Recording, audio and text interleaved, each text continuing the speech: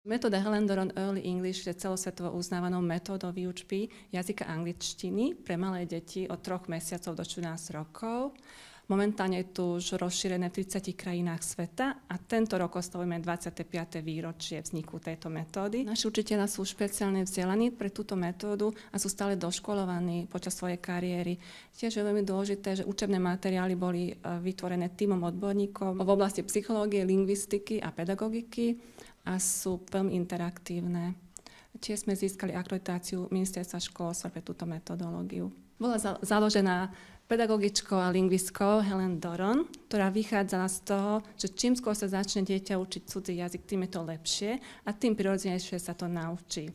Vychádzala z vývojových štát dieťaťa. A vieme, že mozog dieťaťa rastie zhruba do 6. roku života a práve v tomto období si osvojuje materinský jazyk. Toto obdobie sa nazýva aj kritickým obdobím pre osvojovanie si jazykov. A vlastne môžeme si to predstaviť tak, že okno pre jazyky je dokorán otvorené a čím neskôr vlastne sa dieťa začne učiť ten cudzí jazyk, tým viac sa táto schopnosť vlastne stráca. 6 alebo 11 rokov vlastne deti majú schopnosť prirodzene sa naučiť jazyky. Vlastne v tomto období sa dieťa vie naučiť nielen jeden jazyk, ale aj viac jazykov. Napríklad v dvojazyčných rodinách toto deti zažívajú dennodenne. Dieťa sa učí aj jeden rodič od jedného rodiča a druhý jazyk od druhého rodiča. A je to úplne prirodzené. A vlastne toto umožňujeme aj našim deťom takýmto spôsobom, ako materinským sa učia angličtinu. Je veľmi dôležité, aby dieťa malo každodenný kontakt s tým jazykom. A toto im umožňujú naše CD nahrávky, čo majú počúvať dennodenne doma v domácom prostredí. Toto nám zaistíte, že dieťa si zapamätá melódiu, zapamätá si obsah tých CD-čok a keď príde na hodinu angličtiny, všetko je mu známe. Na hodinách zase závživným spôsobom sa naučia obsah a naučia sa komunikovať s tým jazykom. Je veľmi dôležité, aby tá hodina bola záživná a interaktívna.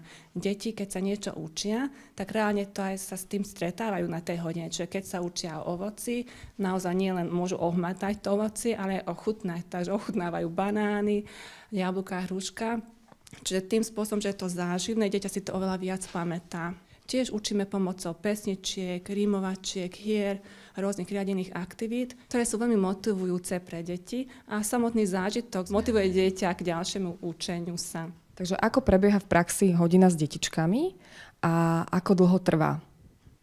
Hodiny trvajú 45 minút a s najmenšími deťmi sú to aj rodičia.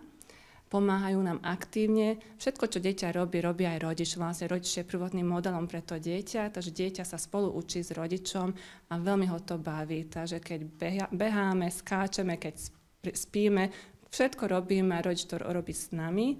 So staršími deťmi zase robíme rôzne iné riadené aktivity, ktoré sú zaujímavé, pre nich sú súťaživé, deti sú vlastne motivované k hovoreniu.